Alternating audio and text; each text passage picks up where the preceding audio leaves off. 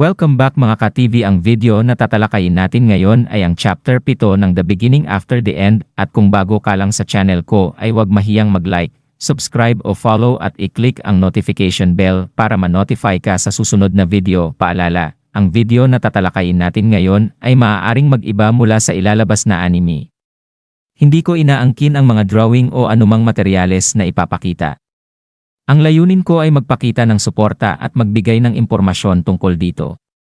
Ang lahat ng kredito ay nananatili sa mga orihinal na may-ari. Maraming salamat. Habang ipinagpapatuloy ni Arthur at ng kanyang grupo ang kanilang paglalakbay patungo sa lungsod ng Xerus, nakasalubong nila ang isang pangkat ng mga lobo. Gayunpaman, dahil sa karanasan ng mga mandirigma sa grupo, kabilang ang ama ni Arthur na si Reynolds, mabilis nilang napuksa ang mga ito at ginawang hapunan ang kanilang mga bangkay. Pagkatapos ng laban, nagpahinga sila sa paligid ng bonfire, at dito kinausap ni Helen Shard si Arthur. Napansin niyang tila pagod ito. Sinabihan niya si Arthur na huwag mag-alala, dahil normal lang na makaramdam ng pagod, lalo na't ito ang unang beses niyang bumiyahe ng ganito. Si Arthur naman ay tahimik lamang na tumango, ngunit sa loob-loob niya, inihahambing niya ang karanasang ito sa kanyang nakaraang buhay.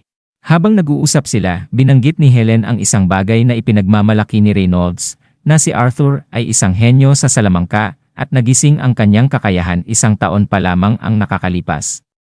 Nanatiling mapagpakumbaba si Arthur sa kanyang sagot, ngunit sa loob-loob niya, alam niyang ang kanyang sitwasyon ay malayo sa pagiging normal. Sa gitna ng kanilang usapan, biglang tumayo si Adam, isa pang miyembro ng grupo, at iminungkahi na makipag-sparring kay Arthur. Naalala niyang nabanggit ni Reynolds na nagsasanay silang mag-ama, kaya gusto niyang subukan ang kakayahan ng bata. Habang si Arthur ay palihim na nagrereklamo sa kanyang isipan, pumayag si Reynolds, bagaman pinaalalahanan si Adam na kakasimula pa lamang nilang lumampas mula sa simpleng ehersisyo patungo sa aktwal na labanan. Hindi alintana ang babala, masiglang hinila ni Adam si Arthur, sabik na makita ang sinasabing batang henyo. Si Arthur naman ay nagdadalawang isip at iniisip kung bakit tila hindi katakataka sa kanila na lumaban ang isang batang kasing edad niya nang magsimula ang laban. Ngumiti si Adam at tinanong si Arthur kung alam niyang palakasin ang kanyang sandata gamit ang mana. Mabilis na pinag-aralan ni Arthur ang kanyang kalaban at napansin niyang seryoso ito. Kaya naman palihim siyang humiling ng tulong mula sa kanyang ama gamit ang tingin. Sa kanyang pagkadismaya, simpleng hinikayat lamang siya ni Reynolds na lumaban. Dahil wala siyang ibang pagpipilian, sumugod si Arthur, ipinakita ang kanyang bilis at tila nawala sa paningin ni Adam. Subalit, nang handa na siyang umatake mula sa likod, bigla siyang nadulas dahil sa kahinaan ng kanyang batang katawan.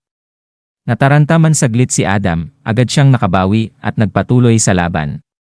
Pinakawalan ni Arthur ang sunod-sunod na mabilis na pag-atak gamit ang kanyang espada, ngunit nagawa ni Adam itong iwasan.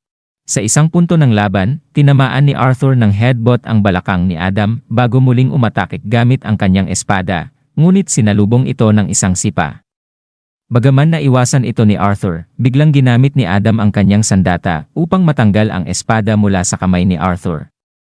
Tumilapon ang espada at natagpuan ni Arthur ang kanyang sarili na nakahiga sa lupa, habang si Adam ay naghahanda ng huling atake.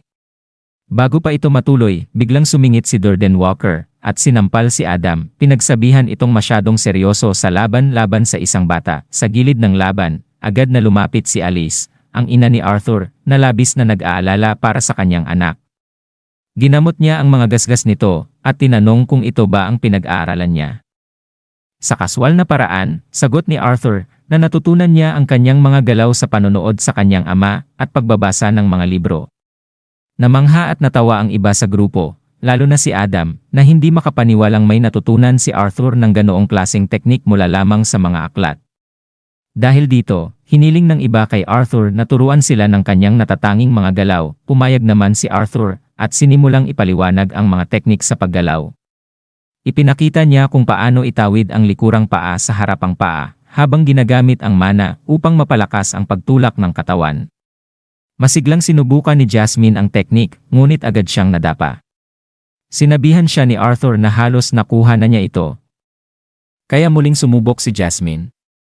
Sa kasamaang palad, mas malala ang kanyang pangalawang pagtatangka, hindi lang siya nadapa, kundi tumilapon pa siya patungo sa isang puno. Napuno ng tawanan ng paligid, isang masayang pagtatapos sa isang seryosong laban, at dito nagtatapos ang chapter 7 ng The Beginning After the End. Maraming salamat sa paghihintay at pagsubaybay mga ka-TV hanggang sa susunod na kabanata. Paalam.